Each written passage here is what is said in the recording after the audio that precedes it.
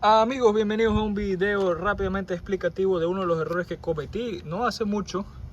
Era que fue que instalé este Potential Relay. Esto es un Hard Start Kit o un Compressor Saver que se instala en las máquinas de aire acondicionado para ayudar al arranque del compresor, al igual que su Run Capacitor.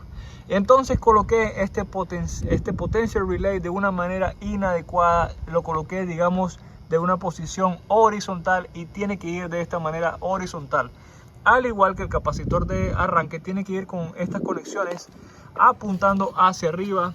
El manual de instrucciones lo dice claramente, esta pestaña tiene que ir hacia arriba, y aquí también te dice que tienes que conectar el capacitor con los terminales arriba. Entonces, espero que si ves este video y te toca instalar uno de estos, no vayas a cometer el error que yo cometí.